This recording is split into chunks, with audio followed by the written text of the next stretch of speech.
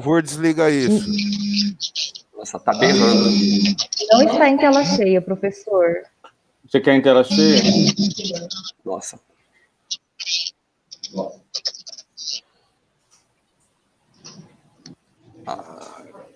Oi. Não posso Mas falar. agora na apresentação... Pessoal, falta 46 segundos. Lucilene tem interpretação, não dá. Já está no ar. Está no YouTube já, tá? Então, vamos lá. Podemos começar, então? Olha que engraçado. Pode começar, Marcel. Não, mas... Então, vamos lá. Bom dia, caríssimos professores e professoras de ciências da natureza e de matemática, né? Hoje aqui nós estamos todos PCNPs, né? O PCNP Claudemir de Física, PCNP Daniela de Biologia, PCNP Ana Paula de Química, o PCNP Luciane de Matemática e eu de Ciências, né? Hoje é com grande prazer que a gente traz aqui um convidado ilustre, né? O professor Anderson Gomes, da Universidade Federal de Pernambuco. O professor Anderson Gomes, ele foi secretário de Estado, né, da Ciência, Tecnologia e Meio Ambiente, né, no ano de 2010. Na sequência, foi secretário da Educação em 2011 até 2012, 2 anos, né?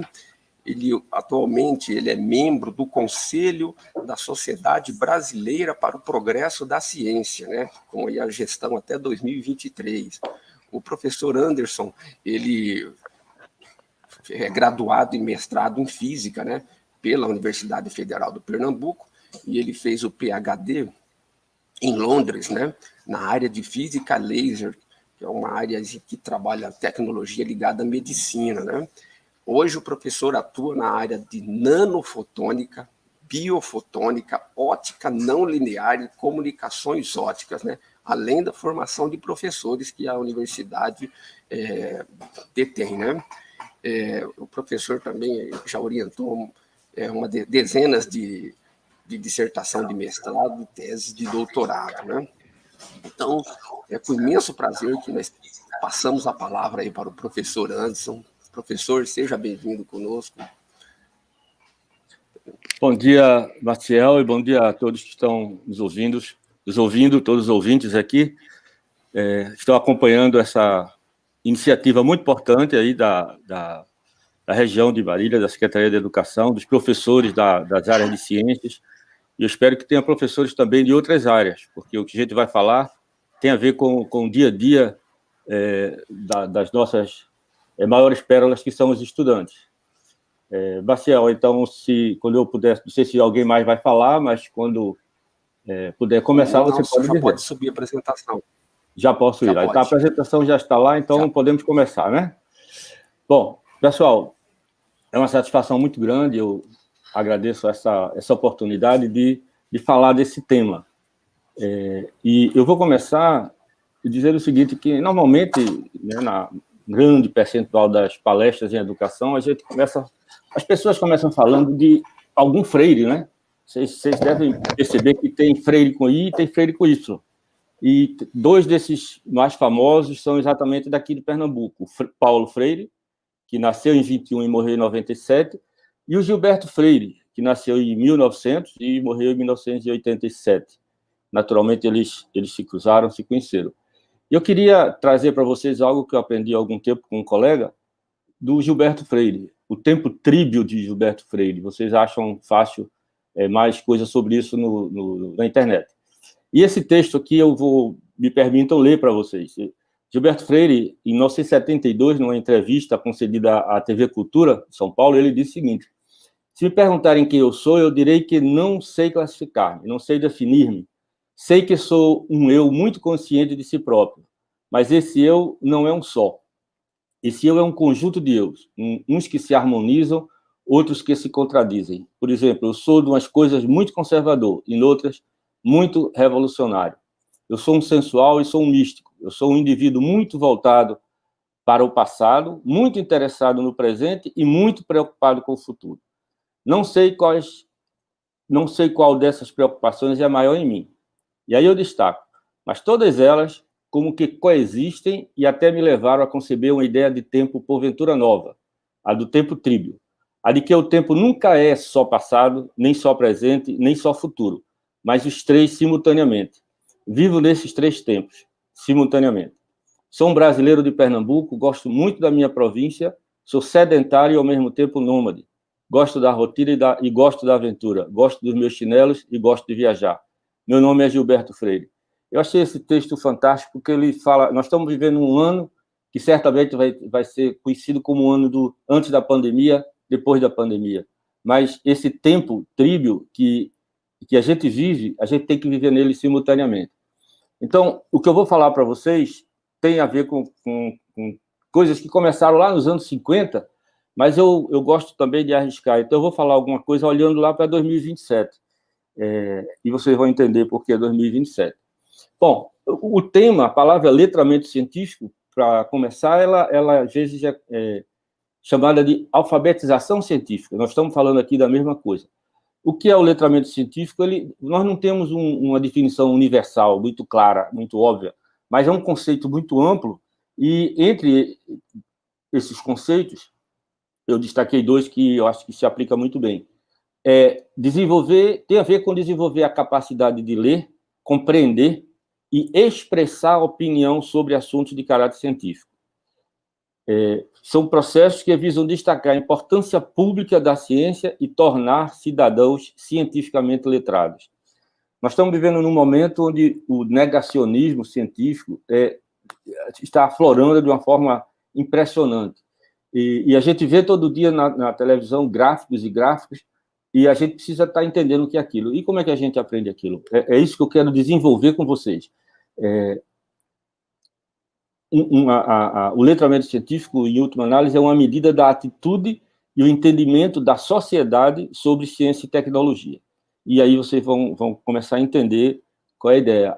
Existe uma fundação inglesa chamada Fundação Nuffield, que define que uma pessoa cientificamente letrada deveria apreciar e compreender o impacto da ciência e da tecnologia na vida cotidiana, tomar decisões pessoais informadas sobre as coisas que envolvem a ciência, ler e compreender pontos essenciais de relatos da mídia sobre as questões da ciência, refletir criticamente sobre essas informações que são incluídas ou omitidas e participar de forma confiante em discussões, naturalmente que envolve ciência.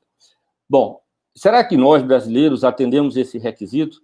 Então, o indicador de letramento científico foi uma iniciativa do Instituto Abramundo, que hoje não existe mais, e agora tem uma coisa chamada Instituto Brasileiro de Letramento Científico, e esse trabalho ele foi feito com o objetivo de determinar os diferentes níveis de domínio dessas habilidades de letramento pelos brasileiros para o uso cotidiano. Antes de entrar exatamente na palestra, eu queria que vocês seguissem esse vídeo. Ele está em inglês, ele tem um fundo musical interessante, mas ele está legendado. E esse vídeo, ele talvez resuma tudo que eu quero falar sobre letramento científico. Ele foi preparado por Neil deGrasse Tyson, esse cientista que trabalha muito com difusão científica. Então, a gente vai rodar o vídeo aí para vocês e eu espero que vocês todos estejam acompanhando e ouvindo. O vídeo está começando, eu vou colocar o vídeo também em tela inteira.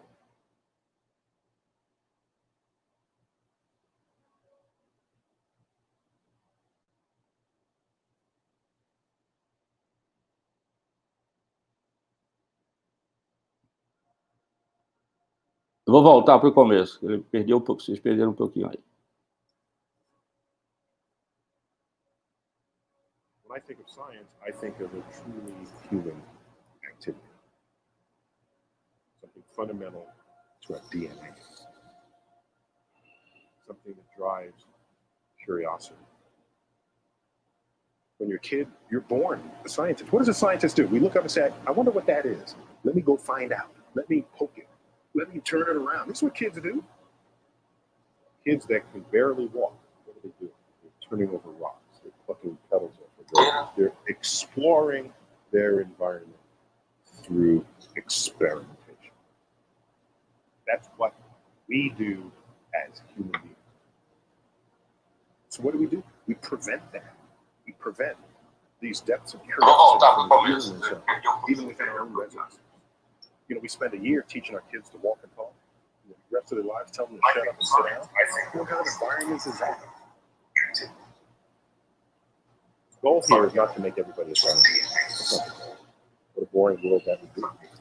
You want artists, novelists, poets.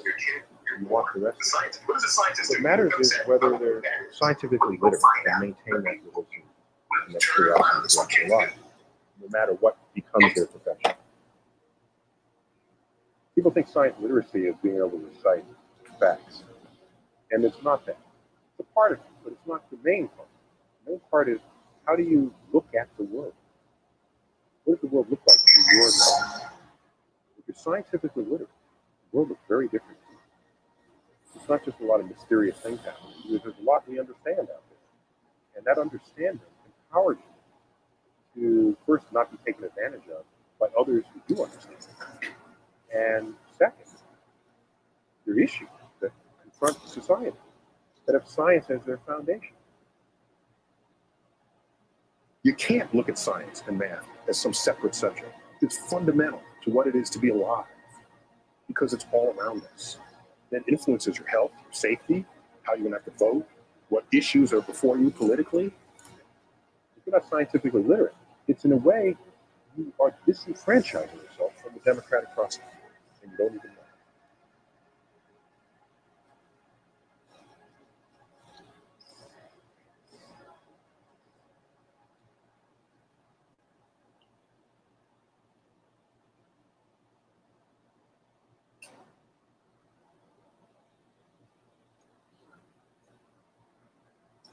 Muito bem, acho que eu estou aqui de volta com vocês.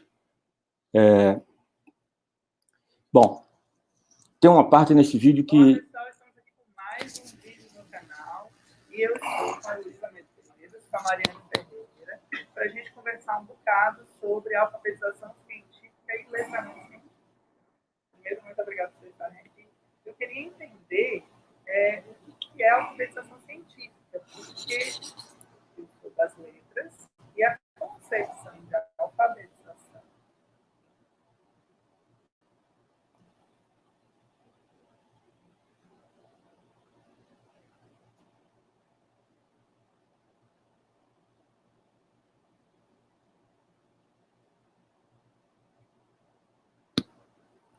Bem, acho que estamos aqui de volta. Entrou algum outro vídeo aqui. Bom, no vídeo que eu mostrei para vocês, ele tem uma parte que me toca muito.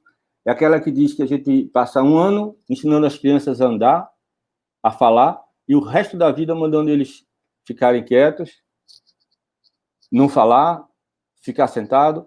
Isso tá tudo errado, principalmente com as crianças até uma certa idade.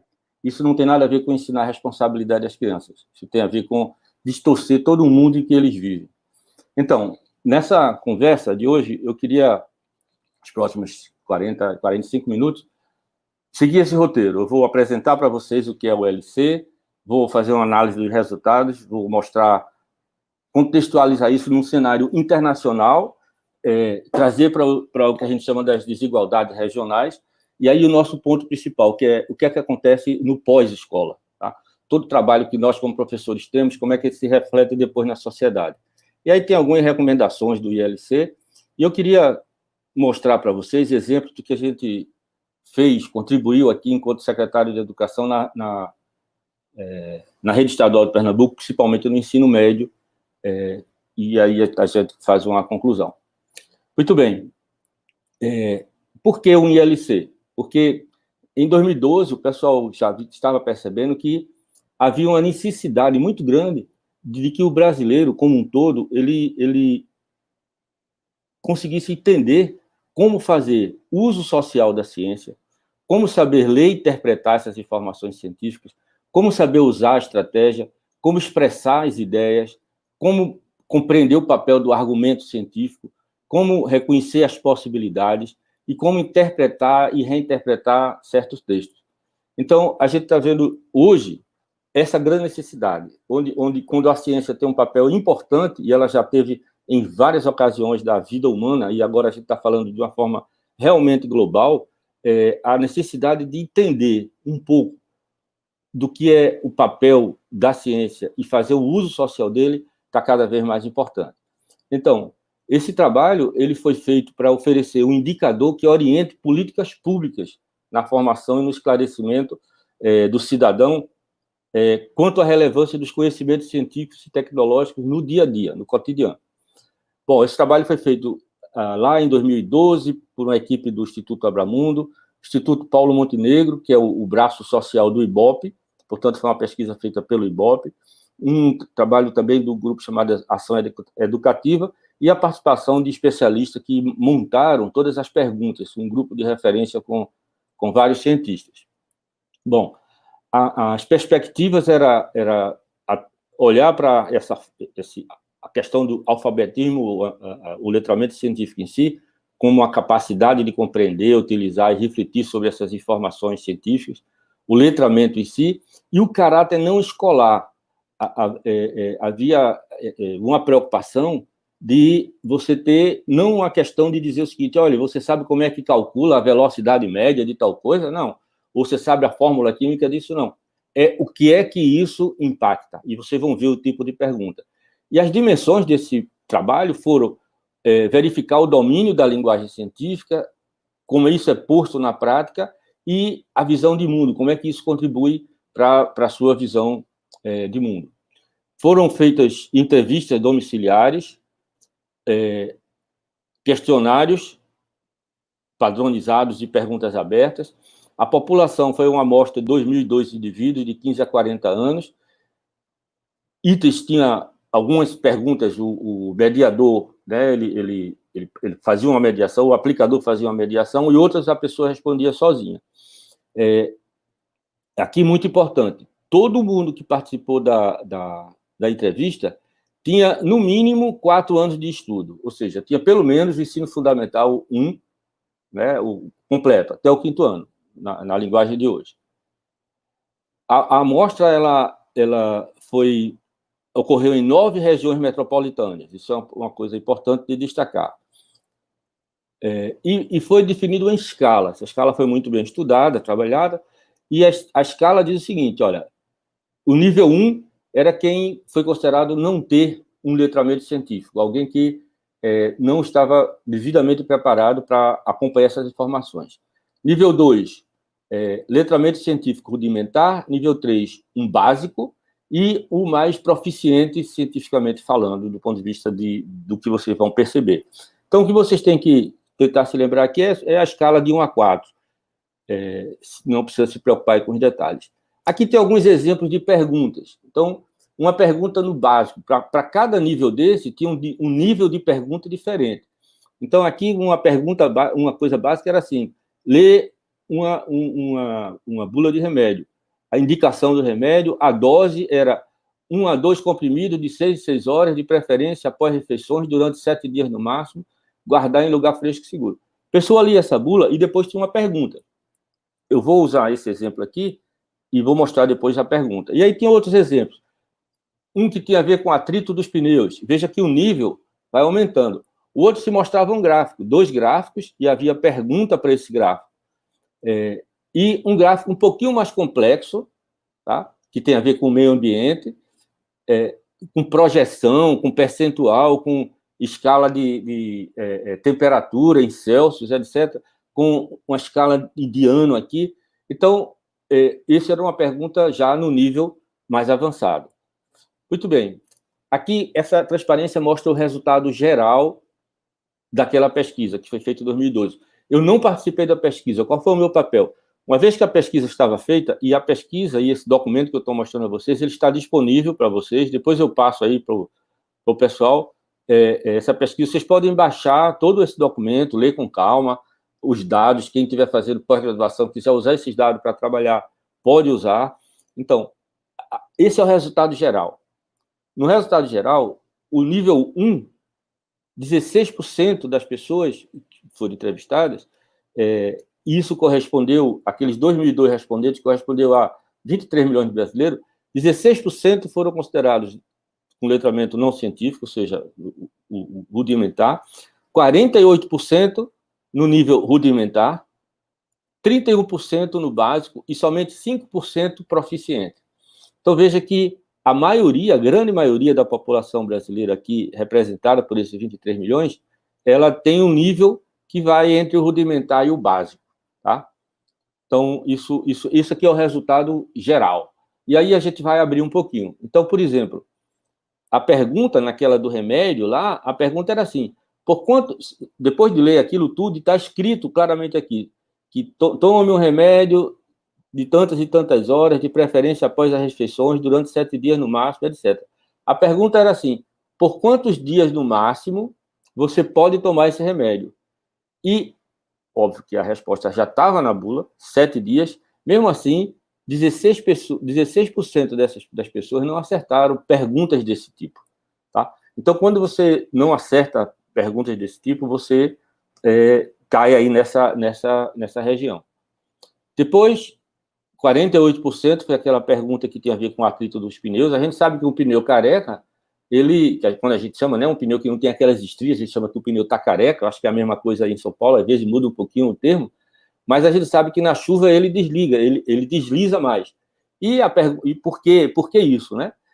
E essa pergunta foi feita aqui, e ela já vai para um nível mais acima, e muita gente conseguiu responder adequadamente. Aí eu deixo uma pergunta para vocês pensarem. Se a gente quer que o pneu careca é ruim, tal, por que é que na Fórmula 1 o pneu careca é melhor? Todo pneu da Fórmula 1 é careca. Aí eu deixo para vocês, viu? Essa é já é um teste para vocês. Muito bem. Depois o letramento científico básico. Aí tinha uma pergunta que era a evolução de pessoas infectadas. Veja, num caso, a pessoa tomou remédio e aconteceu isso. No outro caso, a pessoa tomou remédio, mas depois voltou. Então, era para interpretar esse gráfico, formular hipótese. Gente, o que a gente está mais vendo hoje são gráficos todo dia, média móvel, pico do gráfico, etc, etc. E a gente tem que saber analisar, entender o que é que o pessoal está falando. Quantos dos brasileiros estão conseguindo entender isso para poder tomar uma decisão do que deve fazer? Isso é muito importante. E o mais avançado, 5% que estão conseguiram responder essa pergunta. Então, você tem aqui um gráfico que tem 2 cenários, um mais pessimista, um mais otimista, e aí era interpretar isso daqui, tá? Bom, esse trabalho ele foi feito com vários tópicos, né? Eu não vou descrever todos aqui, mas são diversos tópicos e repito, isso está disponível para todo mundo, e eu destaquei alguns aqui para a nossa palestra. Então, por exemplo, percepção sobre interesse em temas científicos e relevância, como é que as pessoas percebem. Então, o resultado dessa pergunta aqui, que tinha várias possibilidades, era: a ciência me ajuda a compreender o mundo em que vivo, quem tem formação na área científica tem assegurado boas oportunidades de emprego. Perguntas como essa, gosto de ler textos sobre temas científicos, sempre gostei de estudar ciências. Então, boa parte aqui concorda ou concorda em parte. Por exemplo, a ciência me ajuda a compreender o mundo. Então, a percepção da ciência ela é positiva. As pessoas sabem que a ciência é importante. Agora, gosto de ler sobre temas científicos. Muito pouca gente gosta de ler, tá? Quem gosta de português, história, filosofia, costuma ser fraco em ciências. Aqui houve um espalhamento, né? Veja que a estatística aqui, ela mostra concordo totalmente, ou discordo totalmente, ou concordo em parte, está tudo ali entre 10% e 20%. Não tem um número muito grande. Mas eu digo para vocês, e isso aí é assunto para uma outra palestra, uma outra conversa, é que a chamada multidisciplinariedade hoje é extremamente importante. Você, para ler um texto científico, você tem que saber o português para poder saber entender. Você precisa da história para poder você contextualizar no momento histórico que as coisas estão acontecendo. Por que é que agora a pandemia está tão divulgada, tão difundida, e outras pandemias que tiveram no passado, a gente só tomou conhecimento depois? Claro, a comunicação, todo o sistema de comunicação e informação do mundo, com o desenvolvimento da tecnologia, é outro. Hoje eu estou podendo estar aqui no Recife, a maioria de vocês estão em São Paulo, mas talvez tenha gente de outras partes do mundo nos vendo. E sabe quanto tempo eu levaria para chegar em São Paulo? Eu levaria aí algumas horas, talvez 4 horas, com uma parada ou uma parada em São Paulo para trocar de avião, 4 ou 5 horas para chegar aí. Eu estou chegando aí para vocês em alguns milissegundos, tá? Eu estou vendo aqui, eu estou falando, e vocês estão vendo aí no YouTube com... já está a diferença de tempo já está bem menor.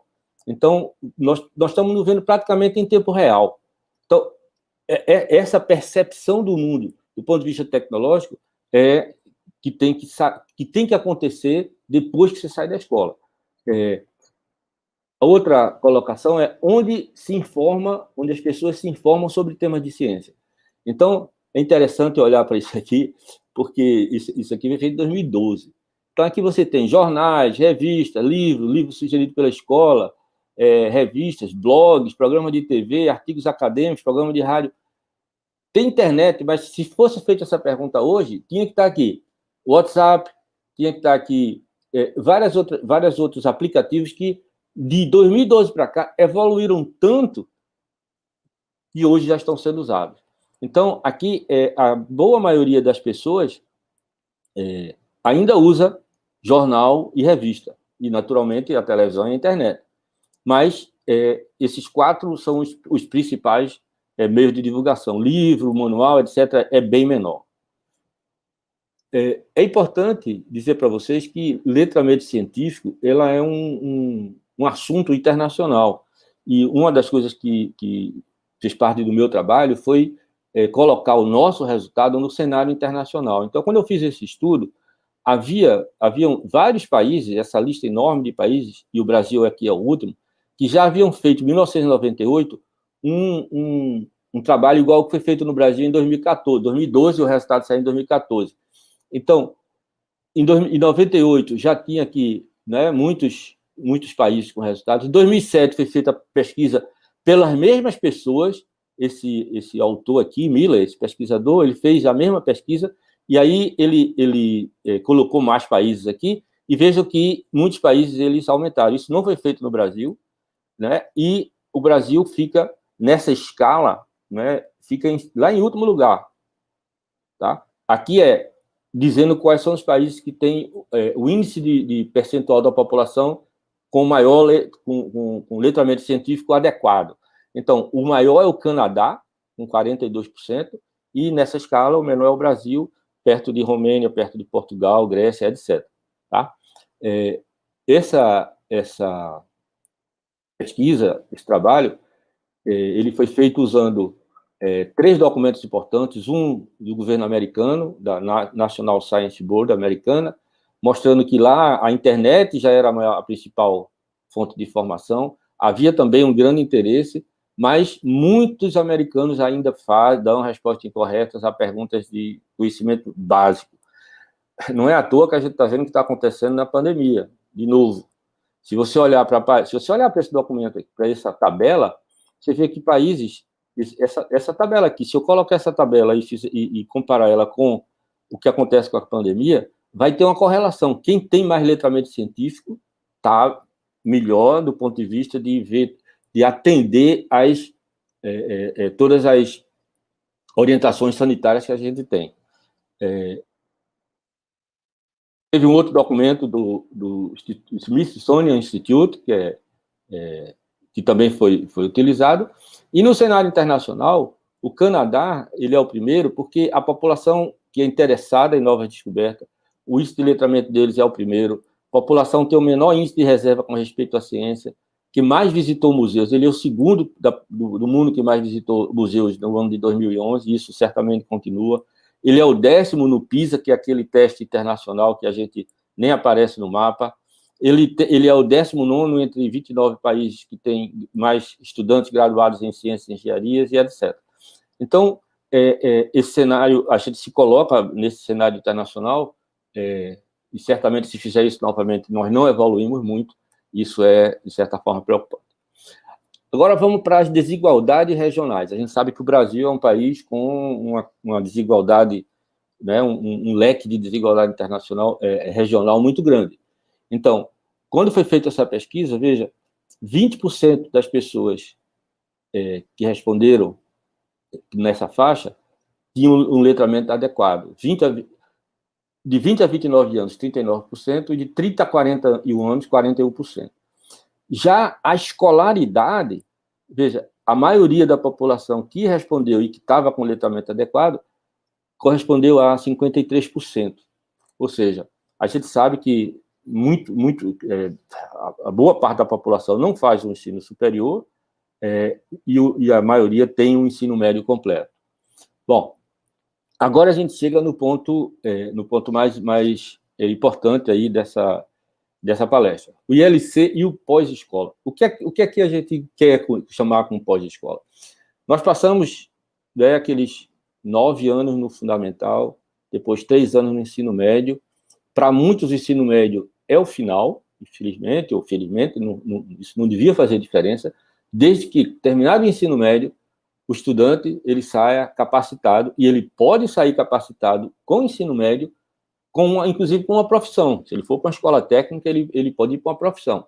Mas ele pode também fazer o nível superior. É importante fazer o nível superior porque você adquire mais conhecimento. Mas nem tudo que a gente faz nessa vida precisa de ter o nível superior. Então, mesmo tendo graduação, pós-graduação, etc., a gente sabe, a gente reconhece que muita coisa é suficiente ao ensino médio, e aí a pessoa vai sentir a necessidade de ter um conhecimento aprofundado. Tá? Então, o que é esse pós-escola? O pós-escola é você, na escola, preparar o aluno para o pós. Ele precisa saber que aquilo que ele está aprendendo, algumas coisas são essenciais para ele formar uma base, mas o mais importante é ele aprender a aprender. Então, o que é que aconteceu aqui? O que aconteceu aqui foi o seguinte: por escolaridade, veja, a gente sabia que no nível 1, a gente tinha aqueles... o resultado completo foi o que está aqui embaixo, mas aqui, ó, no ensino fundamental, aqui do lado direito, eu vou usar a canetinha aqui para marcar, aqui do lado direito, 25% da população, tá, tinha só o ensino fundamental. Lembra que era para todo mundo tinha que ter, no mínimo, o ensino fundamental, 4 anos. Então, veja, desses, 50% estavam aqui no nível 2 e apenas 1% estava no nível 1, tá vendo? Aqui, no ensino médio, quem tinha o ensino médio, 52% estavam aqui, 4% aqui. Quem tinha o ensino superior, 48% aqui, certo? E 11%. Aí, quando você faz essa média, dá esses 5% aqui. O que é que a gente aprende daqui? Veja, lá em 2014, também foi feita uma relação com o PISA. Feito isso, qual foi a conclusão que se tirou? E essa conclusão, ela é meio que... Ela quantifica coisa que a gente sabia ou desconfiava qualitativamente. A conclusão foi: 79% dos estudantes que concluem o ensino fundamental estavam nos níveis ILC1 e ILC2. Note que aqui a pessoa não estava necessariamente ainda na escola, já saiu da escola há muito tempo, mas quem fez fundamental ou quem fez ensino médio praticamente estava sabendo a mesma coisa. Ou seja, o ensino médio não estava fazendo muita diferença. 66% daqueles que concluem o ensino médio nos mesmos níveis, ou seja, ILC1 e ILC2. Isso aqui mostra que é algo que a gente sabe, né? E aí, aqui no Brasil, a gente mede isso com o IDEB. Tá? Eu vou falar disso aí daqui a pouco. Isso, naturalmente, leva a um impacto negativo direto no resultado do PISA para a área de ciências. A única área que evoluiu no PISA foi matemática, e uma das razões é a Olimpíada de Matemática. É algo que vem externo à escola, mas que faz com que a escola participe diretamente. Os professores também. E mesmo os alunos que não são premiados na Olimpíada, eles ficam diferenciados. Isso é uma coisa que também foi visto. Então, ali, já em 2014, acendia um sinal amarelo dizendo o seguinte: precisamos preparar os estudantes em ciências, começando do ensino fundamental. Não tem que esperar até o 9º ano, depois do médio, para começar a falar de ciência. Tem que começar... Aí lembra do vídeo, né? O vídeo mostrou para a gente exatamente isso. A gente tem que começar com as crianças. Agora, essa preparação, ela passa também e principalmente pela preparação dos professores.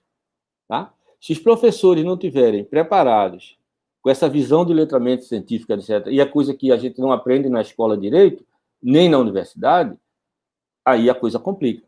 Normalmente, eu costumo usar um círculo, né, que eu chamo de círculo vicioso ou virtuoso. Então, a preparação de professores hoje, tanto a inicial quanto a continuada, ela é um círculo vicioso. Há uns anos atrás, em 2012, quando eu fui secretário de Educação, eu fui ver como é que era o currículo da formação de licenciatura, era o mesmo que eu fiz em 1978. Então, muita coisa não se fazia. Por que é que os professores hoje estão sofrendo para dar aula online, remota, para usar as tecnologias? Porque não foram preparados para isso e estão se superando cada vez mais. Então, a chamada Base Nacional Comum Curricular, que vocês devem estar trabalhando nela, tem muita discussão ainda sobre ela, muito debate, mas ela tem um lado bom, tá? O lado bom é ter essa parte comum a todos e ter uma parte mais especializada para contemplar competências necessárias, certo? Então, tem aqueles que vão ser especialistas, mas mesmo os que são não especialistas, um advogado, ele precisa saber de física, tanto quanto um físico precisa entender de geografia. O quanto se aprofunda nisso é que está a diferença. Então, o pós-escola tem a ver com você dar aula hoje, sempre dando exemplo do cotidiano. Isso é coisa que a gente faz muito, mas muito pouco, tá? Muito pouco mesmo. Então, isso precisa ser cuidado. Então, esse termo em inglês, né, take home message, esse é um recado para você guardar. A gente precisa mudar como a gente dá aula. Isso não requer até muito recurso. Você tem muitas ideias por aí. Você precisa entender que eu digo que eu sou um professor convertido. Eu não estou mais a fim de ensinar os alunos, eu estou a fim de ajudá-los a aprender, e isso faz uma diferença muito grande. Existem muitos métodos para você ajudar o aluno a aprender, botar ele para trabalhar muito mais do que ele trabalha, e você ser o mediador. Hoje, e vocês sabem disso, e agora isso vai piorar mais ainda, muito antes da pandemia, já há alguns anos, você ficava de costas enchendo o quadro, e o que é que acontecia? O menino, peraí, professor, ia lá e tirava foto, enquanto estava conversando, ou você brigando com ele para desligar o celular. Hoje o celular é uma ferramenta, tem que saber usar na sala de aula. Tem que saber a hora de usar e a hora de não usar. É uma ferramenta, ela não é meio, ela não é fim, ela é meio. A tecnologia ela não é fim, ela é meio. Hardware e software. E precisa do professor. Sem o professor não adianta. Pode dar a tecnologia todinha, os meninos vão ficar ouvindo música. Eles vão até ser informados, mas não vão ser formados. E isso faz uma grande diferença. Então, eu chego aqui, não é caminhando para o final, deixa eu ver a hora aqui, como é que eu estou de horário. Tá bem. Então, algumas recomendações. Quando a gente concluiu lá aquele documento, esse documento, a ideia dele foi mandar ele para governos, para pessoas que cuidam de educação. Então, uma recomendação era que a gente precisava consolidar e promover nova versão da pesquisa. Isso não foi feito, infelizmente. Elaboração de um documento abrangente sobre o letramento científico. Desse documento todo que eu li, alguns anos atrás, o documento canadense era o melhor. Colocar a aprendizagem de ciências como prioridade, juntamente com linguagem e matemática. A BNCC, ela coloca prioridade em linguagem e matemática. É necessário colocar ciências. E a razão está aí, não preciso eu não vou me repetir. Existem documentos, inclusive o Plano Nacional de Educação, que levam isso em conta e que não estão sendo considerados, na maioria dos casos. Então, para concretizar essa recomendação 3 nossa aqui, uma atenção especial precisa ser dada. Ensino básico em tempo integral. Fundamental. Faz a diferença e eu vou mostrar isso para vocês. Formação e qualificação de professores de ciência. Aprendizagem de ciências a partir do ensino fundamental. Essas 3 coisas precisam ser feitas para fazer a diferença. E, olha, eu vou contar para vocês, isso leva uma década para mudar. E eu vou mostrar a vocês por quê. A recomendação 4, ela era mais direta para os órgãos de fomento, né? Ampliar a abrangência e investimentos em programas nacionais e regionais já existentes. Existe um programa chamado PIBID, que é de formação de professores. Existia um programa que acabou, chamado Laboratório Interdisciplinar de Formação de Educadores. A CAPES e o Conselho Britânico tinha uma coisa chamada STEM, que é para Science, Tecnologia, Engenharia e Matemática, que a CAPES e o Conselho Britânico, isso precisava ser estendido. E programa de popularização das ciências, os museus de ciências, eles precisam ser mais utilizados, mais explorados. Tinha mais uma recomendação, que era o envolvimento da sociedade. Envolver a mídia, envolver empresários, certo? Extensão natural e holística da aprendizagem em tempo integral. Então, é esse dia a dia que precisa de novos atores. E os museus de ciências, eles são indispensáveis para você despertar nas crianças. Sabe por que muitas vezes os meninos não vão para o museu de ciências, as escolas não vão? Não é por falta de que não querem, não. É porque não tem dinheiro para alugar o ônibus. Quando eu fui secretário, eu descobri isso. E aí eu botei dinheiro, tinha dinheiro, o dinheiro existe. Então, foi muito mais gente visitar o Museu de Ciência, e aqui em Pernambuco tem um chamado Espaço Ciência, que é um museu a céu aberto, muito grande, e uma diferença foi essa, foi botar dinheiro para levar os meninos para a escola. Tinha que dar o dinheiro do ônibus e tinha que dar o dinheiro para os meninos lanchar. Essencial, para ele ficar lá tranquilo e não ficar aperreando ninguém. E se concentrar e aprender as coisas. Então, isso foi feito. Isso aqui também tinha a ver com a Base Nacional Curricular Comum, porque ela estava sendo usada, estava sendo construída naquele tempo. E sobre o ILC, né, sobre esse documento, sobre o chamado letramento científico, era isso que eu queria falar para vocês. Tá? Eu vou agora, antes de ir para a conclusão final, eu quero pedir aqui novamente permissão para falar de coisas aqui da gente. Como eu disse para vocês, em 2011, 2012, eu fui secretário de Educação aqui do governo Eduardo Campos. Eduardo começou a governar em 2007, primeira gestão, e a segunda gestão foi de 11 até 14, ele saindo de 14 para ser candidato. Muito bem. E o perdemos em 15. Aqui é uma matéria do Instituto Unibanco, que vale a pena pegar esse site e dar uma lida, porque ele tem lições para todo mundo.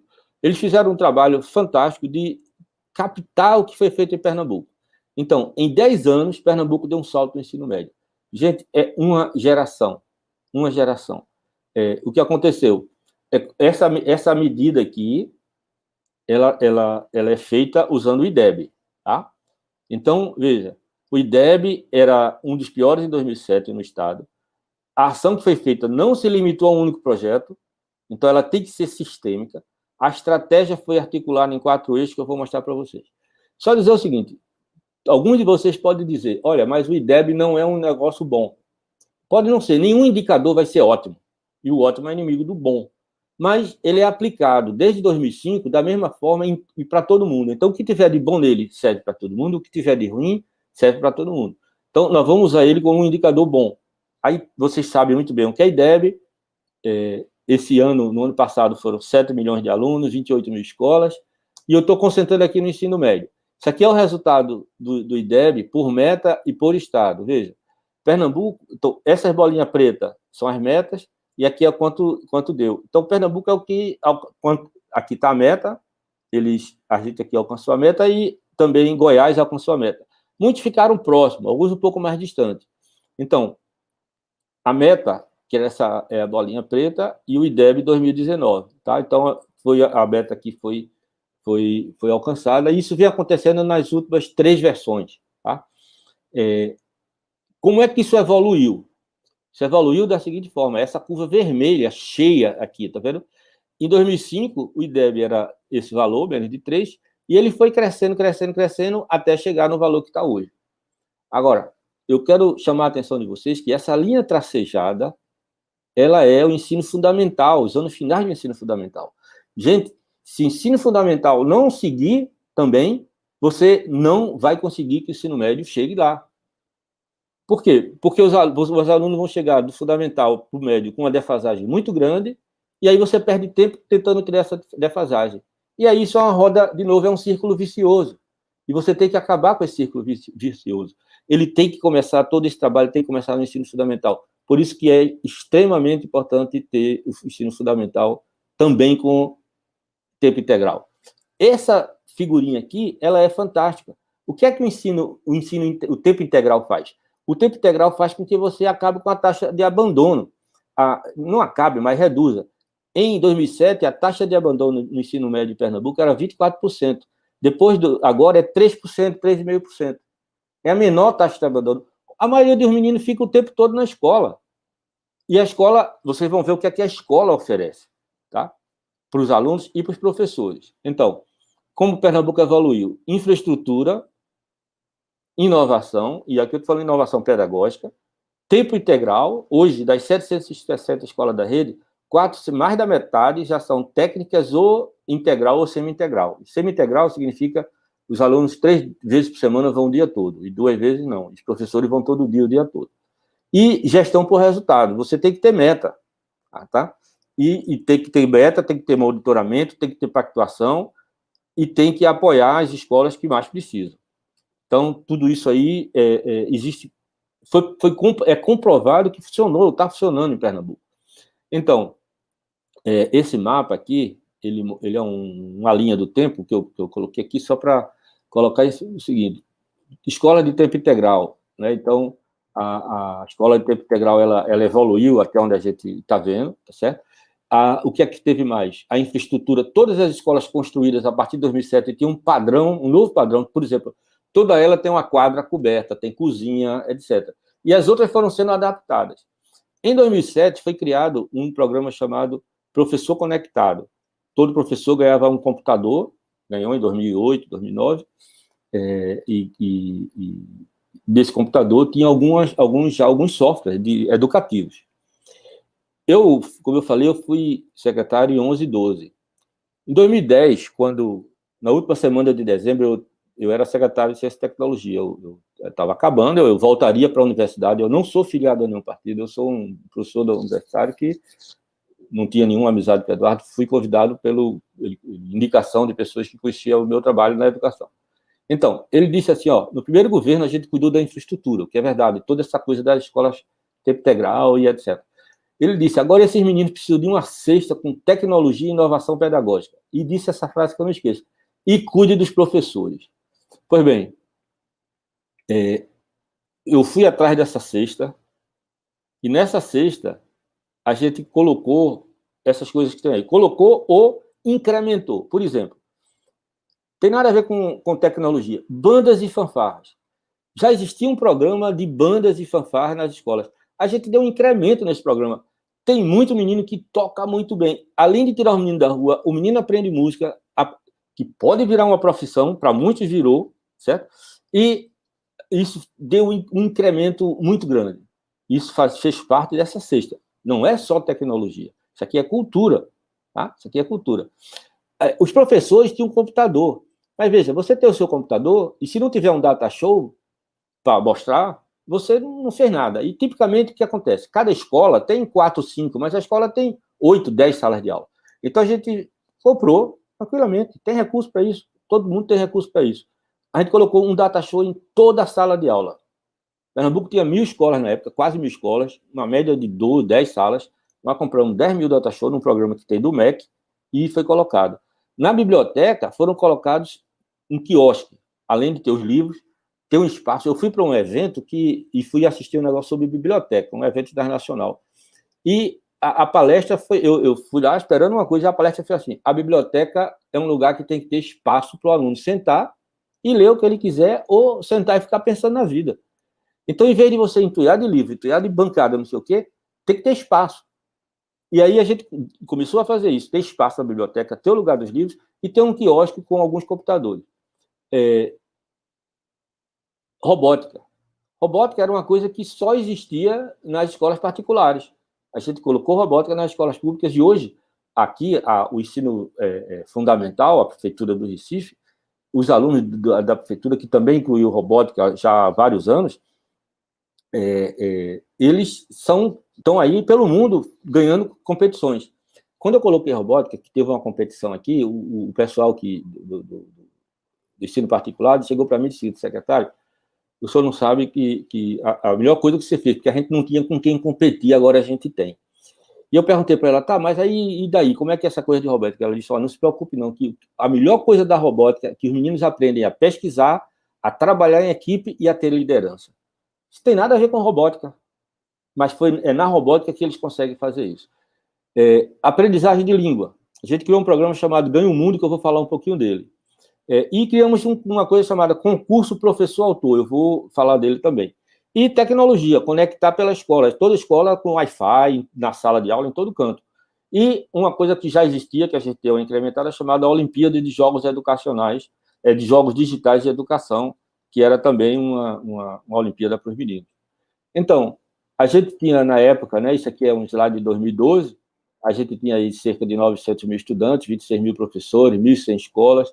As escolas passaram a ter, né, internet, Wi-Fi, data show e sala de aula. Lousa digital não implementei, porque eu percebi logo que não ia ser necessário. Os professores passaram, né, já tinham, e os estudantes passaram a ter os laptops, certo? Isso aqui é o que era. Em 2008 tinha essa infraestrutura instalada. Em 2011, 2012 a gente começou a colocar a internet na escola. Esse data show aqui, ó, para a sala de aula. Cerca de 200 escolas tinham um carrinho desse com os computadores. E esse aqui é o quiosque que ia na biblioteca. Os alunos podiam sentar aqui, todo mundo fazia suas pesquisas. A gente colocou conteúdo. Não adianta dar a máquina, o hardware, sem dar o software. E não adianta dar o software sem capacitar o professor. Então, por exemplo, esse conteúdo aqui é um conteúdo fantástico, chama P3D. É um software em 3 dimensões para geografia e ciências. Mas o professor tem que preparar a aula usando esse software. Não vem a aula pronta, o cara fica lá sentado de braço cruzado. Então, esse é um que a gente chama de software de autoria. Aqui é mostrando, né, concurso,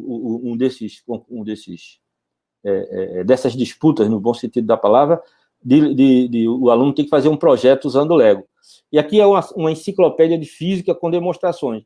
A gente não tem laboratório, nem na universidade tem laboratório com 600 experimentos de física. Aqui você tem demonstrações que você pode fazer para o aluno em sala de aula.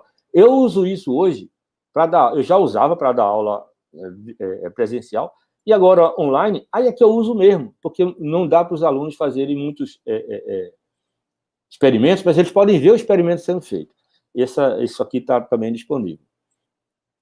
Se você entrar hoje no site da Secretaria de Educação de Pernambuco, você vai numa aba lá chamada Concurso Professor-Autor. O que é isso? Isso são aulas preparadas por professores, cada uma com no máximo 20 slides, em todas, tem mais de 500 aulas, isso é grátis, de todas as disciplinas, de artes à sociologia, passando pelas ciências.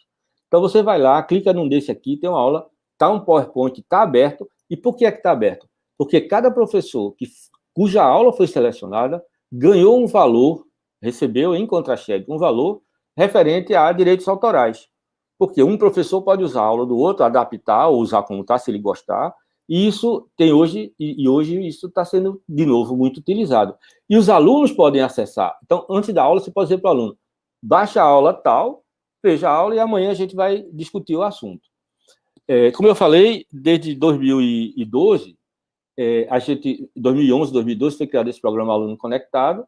Todos os estudantes do segundo e terceiro ano, foram 170 mil estudantes naquela época, ganhavam esse cara que tinha esse computadorzinho aqui, que era um laptop que era conversível em tablet e vinha também com conteúdo. Tá? Isso foi implementado, vinha com conteúdo, inclusive com livros de literatura para eles lerem, né?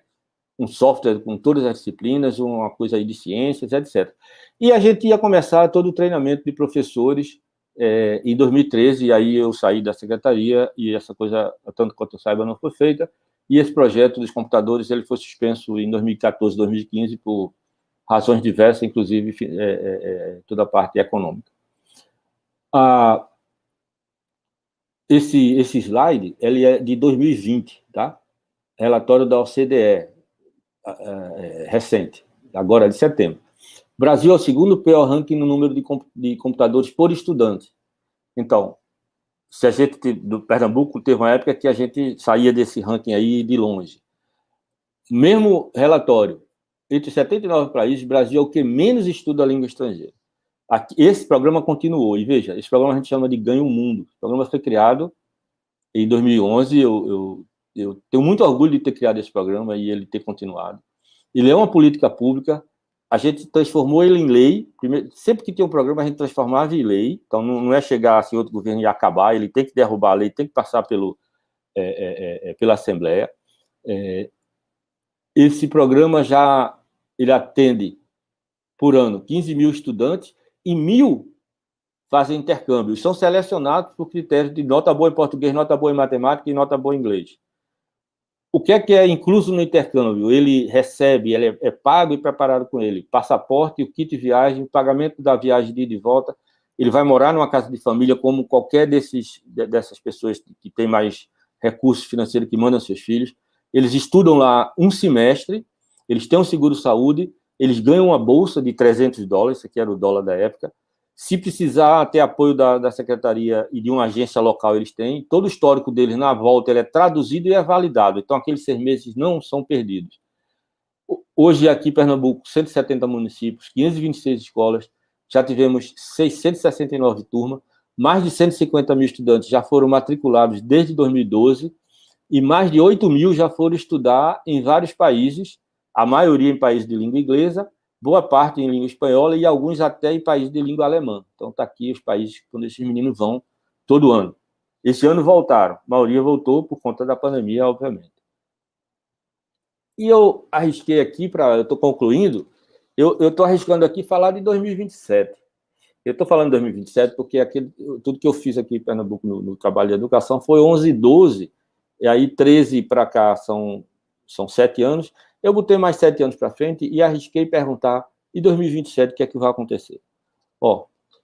Primeiro, o professor, você que está me ouvindo, que é professor, vai continuar sendo o principal ator nesse processo ensino-aprendizagem. Eu botei ensino, entre aspas, porque eu prefiro dizer assim, aprendizagem. A gente aprende muito.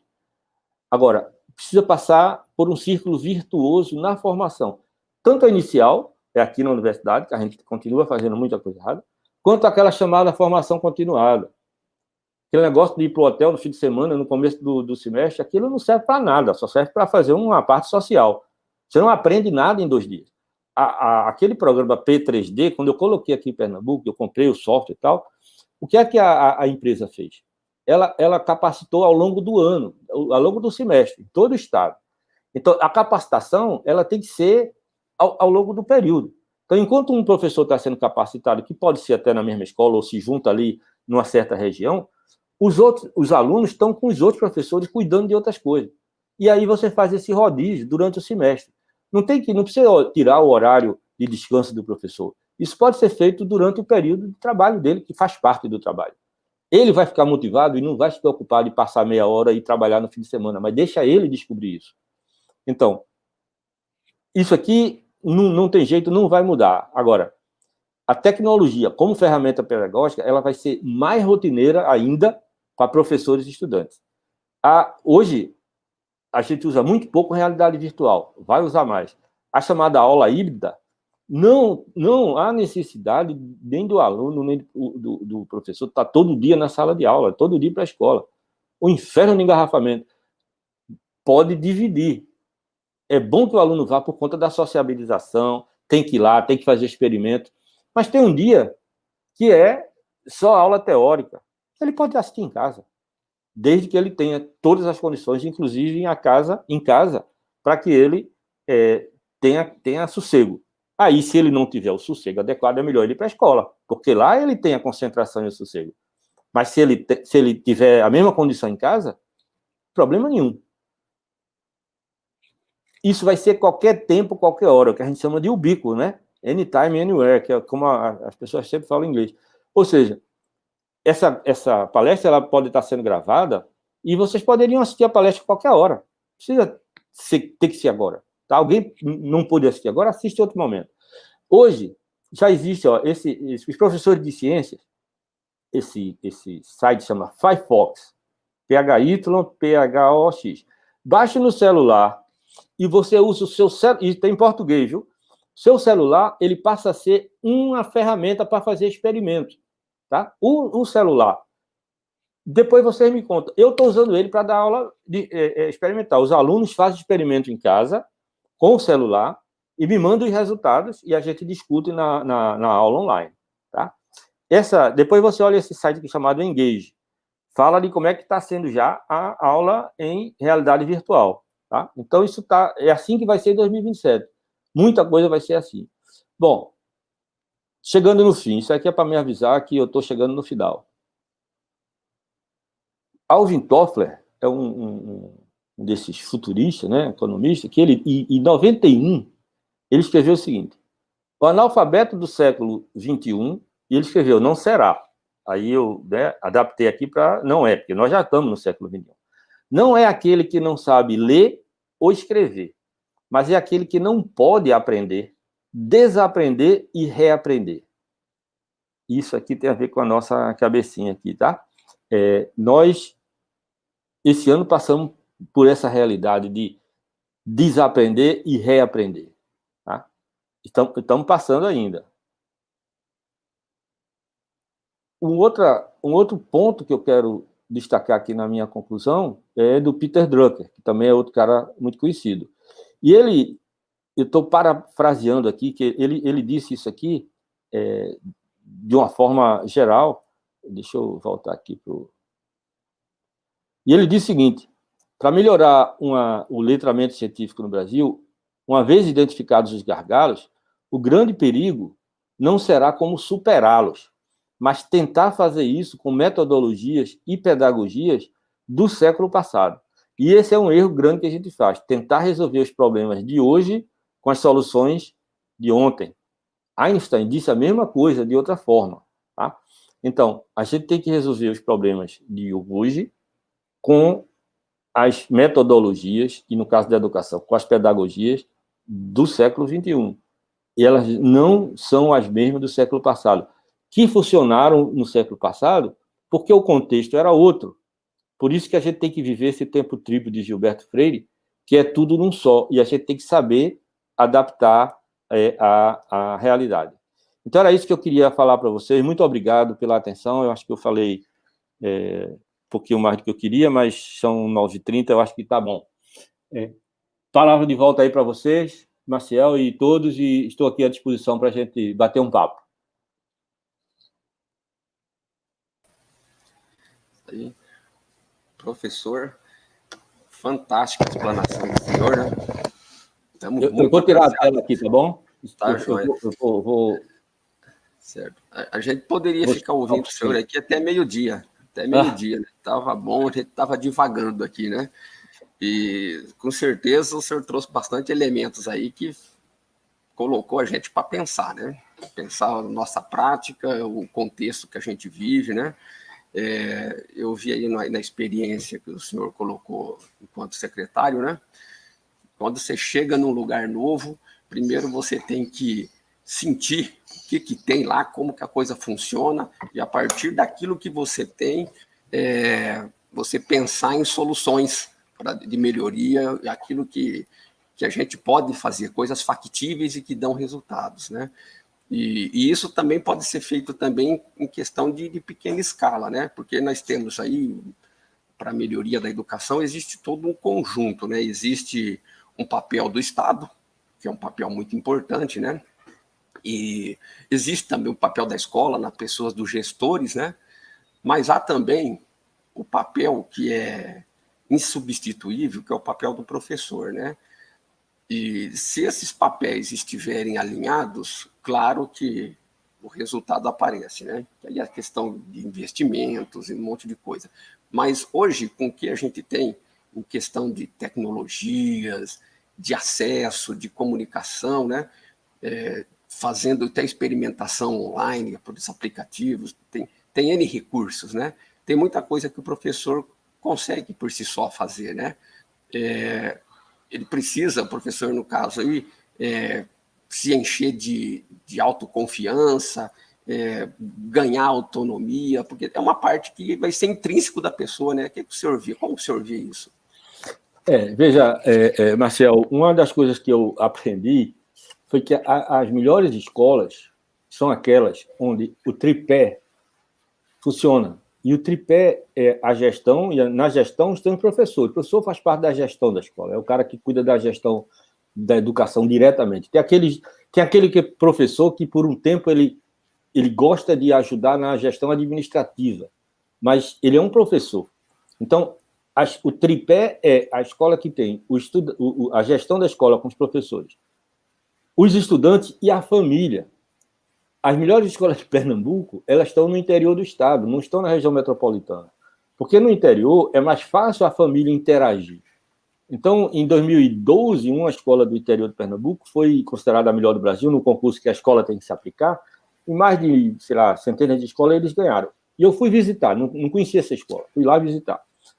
Era um oásis, a escola era no meio, literalmente no meio do nada, e quando você chegava de carro por uma estrada de barro, a frente da escola não só era limpa, como tinha um flamboyant muito bonito, e quando eu cheguei na escola, estavam lá os alunos e os pais. E o que é que eles faziam?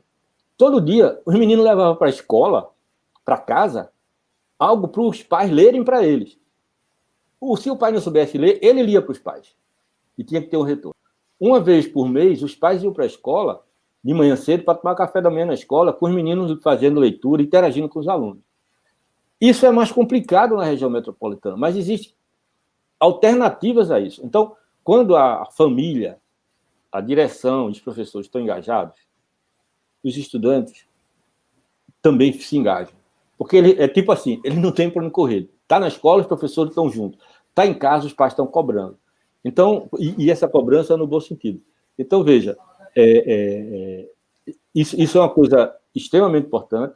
Agora, tem a outra gestão, né? Tem a gestão da secretaria, tem a gestão do governo do estado, ou do município, quando é o caso. E essa gestão também tem que estar engajada. As pessoas me perguntam, e o sindicato? Como é que você foi com o sindicato? Uma das coisas que o governador me disse, olha, assim que você assumir, vá lá no sindicato. Você é um professor, você tem a linguagem deles. Isso é verdade. Por alguma razão, fazia tempo que um secretário não ia ao sindicato. Recebia o pessoal, mas não ia.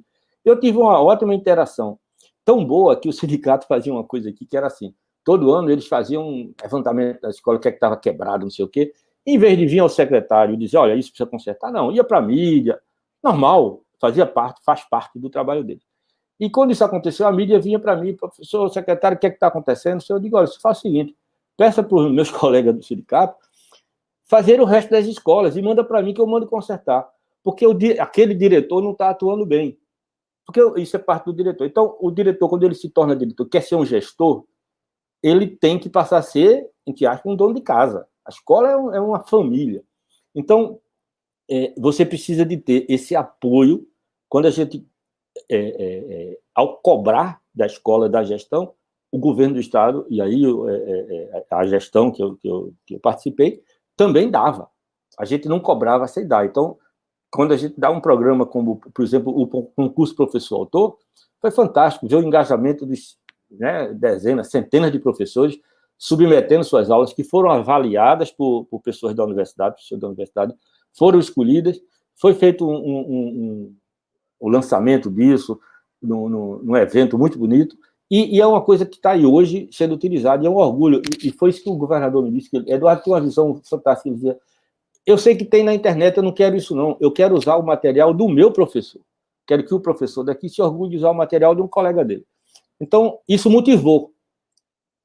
E o pagar o professor para fazer isso, não era um pagamento porque ele fez isso, era dizer o seguinte, olha, para que todo mundo tenha acesso ao seu material, nós estamos recompensando você com um equivalente de alguma coisa como direitos autorais. Então, o cara se sentiu realmente um professor autor. Esse é um dos programas que eu também acho maravilhoso, que não tem muito custo, não.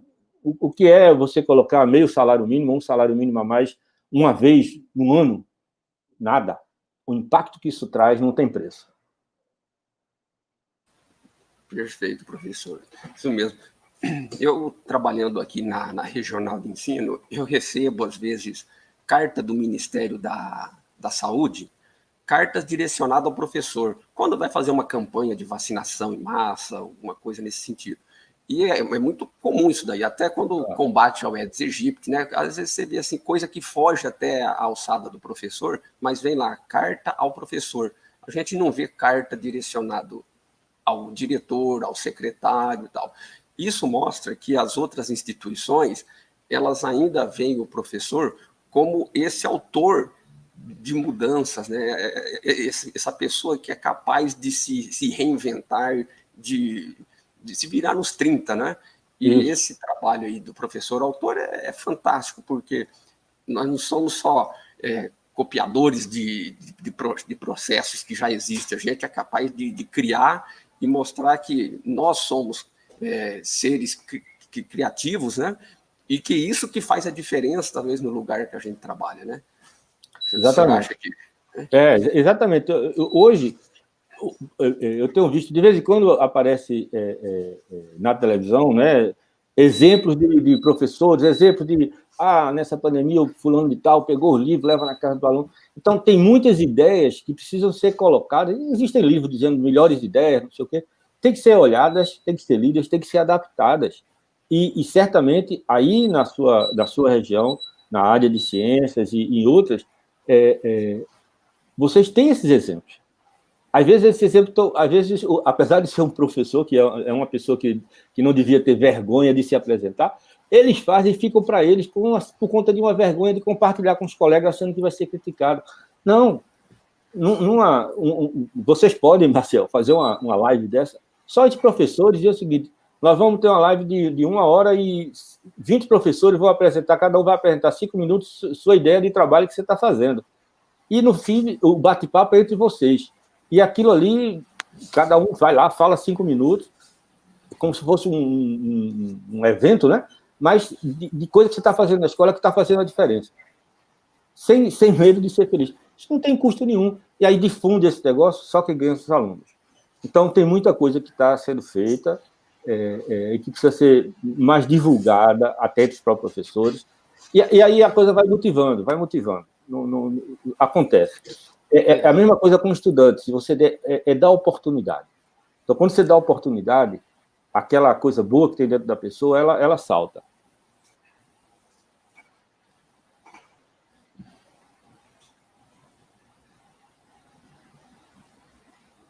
Estou vendo aí várias mensagens, eu agradeço, estou aqui sempre à disposição de vocês e feliz por vocês estarem gostando. Perfeito. Olha, nós temos bastante perguntas e contribuições aqui no chat. Eu vou passar agora para as meninas, para elas vão conduzindo essas questões aí. Né? Daniela já entrou? Já. Professor, o senhor está vendo aqui, né, várias contribuições riquíssimas, e eu gostaria de fazer um apontamento aqui de alguns professores que eles falam sobre as universidades, os currículos das universidades. Então, eu vou falar o nome do professor, né? O professor Dimas, ele coloca assim: por que essa rigidez nos currículos universitários, uma vez que é da universidade que saem os professores da educação básica? Aí a professora Érica também coloca: bom dia, será que no futuro próximo o letramento científico fará parte da formação dos professores nas universidades? E eu vou pular rapidinho aqui, que não aparece o nome da professora, mas ela se coloca como língua portuguesa fundamental. Isso não se deve ao que vocês conseguem aí no Estado, né? Aos grandes investimentos no ensino superior, nas universidades. Então, gostaria que o senhor falasse um pouquinho das universidades aí, do currículo preparado para os professores, que saem professores, né? Isso. Vocês tocaram numa questão crucial, que a gente chama, né, que é a formação inicial. Os currículos estão totalmente defasados, tá? Então, nesse momento, está acontecendo uma atualização disso. As licenciaturas, elas passaram a ter... Eu tenho uma opinião muito particular sobre as licenciaturas, principalmente as de ciências. A primeira é que eu não acho que precise de 4 anos de uma licenciatura de física, química, matemática para a pessoa que vai ser professor do ensino médio, fundamental ou médio. O que ele consegue aprender da parte pedagógica e da parte científica, técnica, 3 anos é mais do que suficiente. O pessoal colocou tanto carga horária que vai passar dos 4. Mas tudo bem. Está havendo agora esse movimento dessa reforma por conta da BNCC, por conta da reforma lá do currículo, que a gente pode discutir pontos sobre ele, a Sociedade Brasileira de Física está cuidando disso do ponto de vista da física, mas o que acontece é que o nosso currículo que a gente ensina na universidade e a forma de dar aula, para além do currículo, é a forma de dar aula. O conteúdo até pode não mudar muito, mas a forma de dar aula precisa mudar. É isso que eu digo que eu sou um professor convertido. Tem como é que a gente dá aula? Qualquer aula, em geral, muitas exceções atualmente.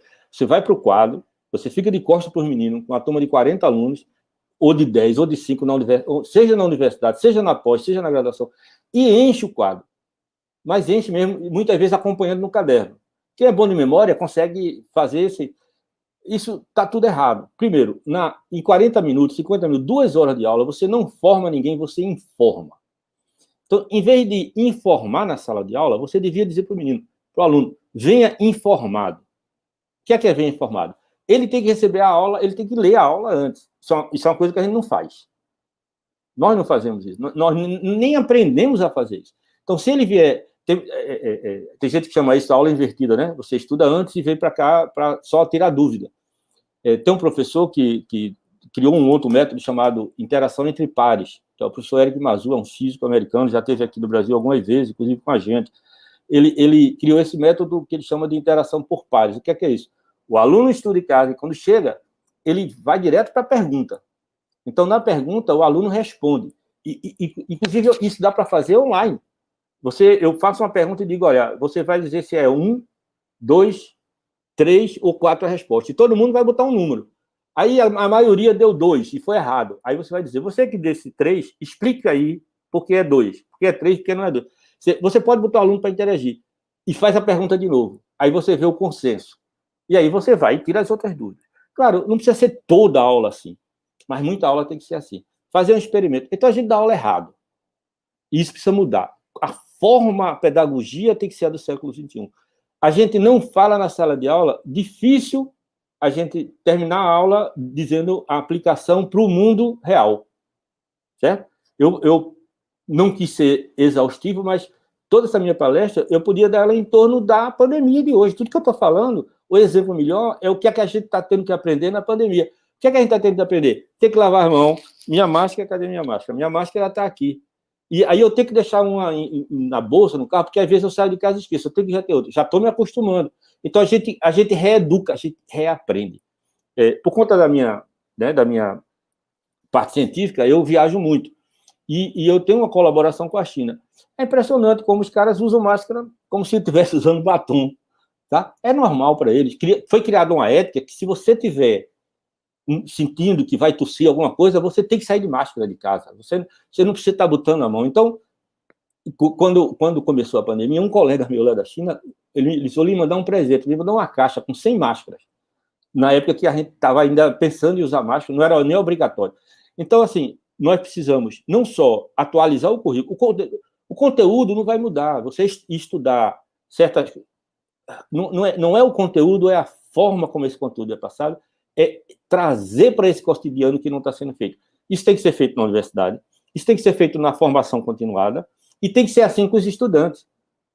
Do fundamental para cima. Aquele vídeo, eu repito, ele é fantástico, porque é das crianças que a gente ensina os negócios e depois diz, agora esqueça tudo e vá fazer do meu jeito.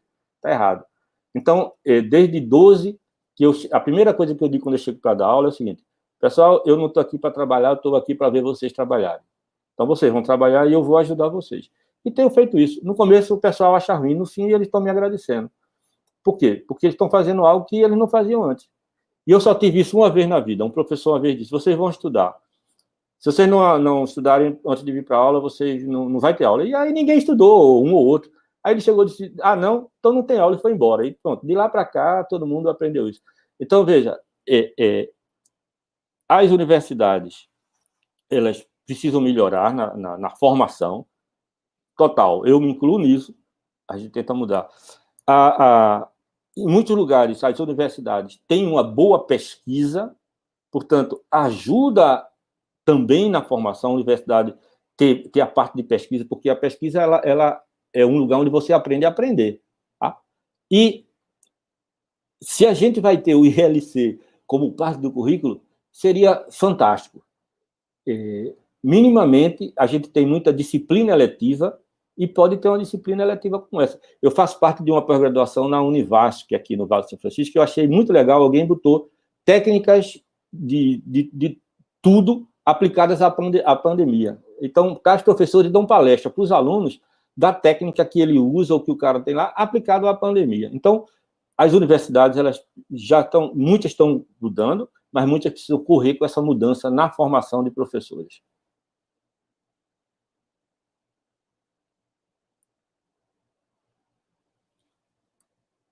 Está sem som, Daniela? Agora. O senhor tocou num ponto crucial aqui, que vai muito ao encontro do que o David coloca. Ele põe assim, quais os desafios do letramento científico para o século XXI? E esse é um grande desafio para as universidades, né? Para elas conseguirem, até consegue pensar, refletir, mas o pôr em prática Exatamente. É muito difícil. Né, isso acontece para as escolas, as políticas públicas né, de cada estado, eles têm, se a gente for parar para pensar, são ideias muito boas, vem num documento riquíssimo, mas o colocar em prática, o investir em tudo isso para chegar na escola, esse investimento para chegar no professor, esse investimento para chegar no aluno, toda essa cadeia é muito difícil. Eu acho que um dos desafios principais para o letramento científico também é este. Exatamente. A gente sabe, do ponto de vista de recurso financeiro, que todo estado, todo município tem que aplicar no mínimo 25% do seu PIB, que muitas vezes é muito baixo, mas tem que aplicar em educação e aqueles 15% em saúde, etc. Então, existe um recurso, e muitas vezes, boa parte desse recurso vai para pagamento pessoal por diversas razões. Mas, se fizer um planejamento perfeito, você consegue fazer as coisas. Ela é necessária. Muitas vezes vai precisar de um choque, mas essa gestão ela é necessária. Aqui, nós tivemos isso, tivemos a grande vantagem de ter um governador que fazia esse planejamento, que usava o dinheiro, e a gente tinha que usar bem usado, demonstrar, e não tinha coisa de fazer projeto piloto. Era um projeto, era para a rede. Não adiantava fazer piloto, porque o piloto, tudo bem, serve de exemplo, mas você tinha que fazer uma coisa bem planejada, tinha que fazer para a rede como um todo, e tinha que sempre estar o professor, o estudante envolvido. Então, quando a gente fazia algo que envolvia o aluno, se não envolvesse o professor, não ia adiantar de nada. Não dava para fazer uma coisa só para o professor. Então, tinha que fazer olhando para esse conjunto. Tá? Tinha que fazer olhando para esse conjunto. Uma coisa que falta muito também é a interação direta entre o professor, entre a universidade e as escolas. Tá? Então, um projeto que eu fiz, que até saiu um pouco de dinheiro, a gente fez uma pouca coisa, eu fiz um projeto para a universidade, que aqui em Pernambuco era assim, todos os equipamentos, eu tinha acabado de sair da secretaria, então tudo que eu botei para os professores de ciências, os professores que estavam sendo formados não tinham a mínima ideia do que era. Então, por exemplo, os professores estavam sendo formados aqui e ele não tinha ele próprio o computador dele. Então, eu consegui, junto com a Intel e com um projeto, comprar computadores para cá, ainda existem eles aqui, porque os professores, quando iam ser treinados aqui, de física e química, etc., usavam os mesmos computadores que os alunos estão usando. Então, tudo que tinha lá, eu botei aqui na universidade. Então, tem um armário cheio desses negócios. Eu consegui botar em algumas 4 ou 5 instituições no interior do estado. E aí também esse programa parou. Mas muita gente... Aí hoje existe um programa muito legal chamado o PIBID. O PIBID hoje ele tem 2 partes na universidade. Uma parte é a iniciação à docência do começo, nos 2 primeiros anos, mas a segunda parte, os alunos vão tudo para a sala de aula. Então, isso foi uma mudança importante. Agora, a gente tem muito pouca gente fazendo licenciatura em ciências, em física, em química, em biologia, né? Mas essa interação entre a universidade e a escola ela não existe. E ela não existe porque os dois não procuram o outro. Então, se vocês procurarem aí as instituições de ensino perto de vocês e dizerem, vamos trabalhar junto, vai ter reação e tal, mas consegue. Vai lá forçando. A universidade, se tem alguém aí da universidade me escutando, tem que fazer a mesma coisa. Tem que procurar fazer. A gente aqui na física, a gente faz muitas coisas, muitos dos projetos que tem em física, principalmente se for um projeto grande, eu coordeno o Instituto Nacional de Fotônica. Então, nesse instituto, é um projeto que envolve 10 instituições, etc. Tem um recurso que é para disseminação científica. Então, eu escrevi um livro sobre ótica para ensino médio, comprei um kit de um colega que fez um negócio que é para mandar para as escolas, e a gente está mandando agora, porque agora as escolas voltaram, a gente comprou isso no meio da pandemia. Então, existem ações, mas elas são localizadas, são pontuais. Eu vou conseguir atender, a ideia aqui, no meu caso, eu atendo 30, 40 escolas, tentando motivar o governo do estado a botar para o resto das escolas. Então, esse é o nosso papel, catalisador, mas aí o material pedagógico está lá. Tá? Então, mas vocês também devem procurar a universidade, não fica esperando, não. Vai lá e diz, olha, vocês podem nos ajudar e tal, e tem muito o que fazer. E agora, fazendo as coisas online, facilita muito para, pelo menos minimamente, motivar as pessoas, e quando voltar para o híbrido, que eu acho que não vai voltar só para o presencial, mesmo que esteja tudo bem, eu acho que o híbrido ele passa a ser fundamental. Uhum. E um aprendizado para a escola também nesse sentido, né? Porque aqui nós temos universidades mais na nossa região relacionadas às ciências humanas, né? Pedagogia, que faz mais essa relação com o PIBIC, né? Que é a Unesp. Mas a escola também tem que aceitar esses alunos, né? A gestão tem que aceitar de fato a colaboração deles, né? Às vezes os professores querem, mas a gestão, enquanto professores também que são, tem que se fortalecer nesse sentido de ser uma equipe. Isso aí, Daniela, eu vou falar, como eu estou bem longe de vocês e eu posso falar daqui, né? Ninguém vai. E também já tenho mais de 60, eu posso dizer o que eu quero, é o que eu aprendi. Sabe por que muitas vezes a gestão não quer? Porque acha que o professor vai ficar sem fazer nada na hora que tiver um outro lá falando para os alunos. Isso é um erro grave. Esse cara não pode ser gestor, isso não existe. Então, mesmo que o professor, veja, o estagiário, e a gente não diz isso ao diretor, não, mas tem que dizer. O diretor tem que ter outro olhar. Sabe disso. E o olhar é esse. E a hora de, então, vocês, diretores que estão me ouvindo, tem que mudar a cabeça. Tá? O professor, mas você não conhece o professor daqui. Não, o professor é professor. Se ele está fazendo isso, alguma razão ele tem. Então, vai dar uma chance ao cara, não tem problema, não. Tem, o cara que vem da universidade para interagir na escola, o aluno, né, o licenciando, ele vai. Tem dois momentos para ele. Um é com o professor em sala de aula, ele participando, o professor vendo o desempenho dele. Alguma hora, ele precisa estar sozinho mesmo, para ver como se vira. E depois o professor pergunta aos alunos, né, como é que o cara foi sozinho. Naquela hora, ele não precisa estar ali. Ele vai lá para a sala de professores e fica lá, ou dá uma fugida e vai tomar um sorvete, não importa. Mas ele volta e vai ter um papel. Agora, não é o cara que faz isso todo dia, tá certo? Esse cara não existe. Então, eu sei, porque acontecia aqui, os dias, mas o professor vai ficar fazendo o quê? Não vai ficar fazendo nada. Ele vai estar trabalhando, ele vai estar participando, ele vai estar colaborando, e bota esse cara para ele falar para os outros o que é que o cara lá fez. Então, tem coisa para fazer. E tem esse lado que é chato, é o lado humano, tá certo? Né? A relação, a famosa DR, mas ela precisa ser encarada de frente em benefício dos estudantes. É verdade. Obrigada, professor, pelas colocações. Eu vou passar agora para o Maciel. Ok. Foi, professor. Nossa. Oi, Maciel. De novo, a gente ficaria aqui até às 5 da tarde agora, hein? Vamos lá, eu tenho um tempinho ainda, pode ir. Por mim, mas tudo bem. Mas nós não podemos, nós temos que terminar. Você tem outro evento, né? Tá certo. Nós vamos ter que ser pontual, que nem o senhor é, né, filho? Tranquilo. Aprendeu lá em Londres, né? Tem que ser pontualíssimo, né? Então, ó, tem um comentário aqui do professor Carlos Alberto, eu queria só falar isso aqui para encerrar a minha fala e a gente já caminhar para o finalzinho, né? Aulas prontas nem sempre serve para atender nosso público, mas serve para uma orientação como uma luz para caminhar né? Muito bom esse tema que foi tratado aí. E a questão é, quando surge algum concurso ou algum programa de boas práticas, ninguém quer saber o que foi copiado, quer saber o que o professor protagonizou, o que foi feito de diferente, que deu certo, né? Então, quer mostrar isso. Então, o professor é uma fonte de criação perpétua, né? tempo todo ele está ali, ele faz uma coisa numa turma, na outra já não deu certo, ele tem que reinventar algo diferente naquela outra para funcionar, né? E acredito que isso deva ser no mundo inteiro dessa forma, né? Então, a gente precisa dar um fôlego para o professor e dar autoconfiança para que ele seja capaz de pensar que ele é capaz de mudar tudo isso daí, né? Ele precisa de ter esse ânimo, esse fôlego, né? Isso, esse fôlego não é para ele pensar que é capaz, não, é para ele descobrir que ele é capaz de fazer. Ele é capaz.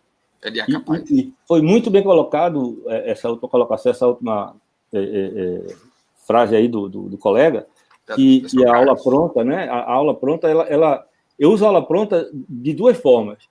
Ou eu modifico e faço minhas adaptações, mas o que eu estou fazendo agora com o meu estudante de licenciatura, que é do primeiro semestre, eu passo uma aula pronta para eles e diz: critique essa aula e modifique.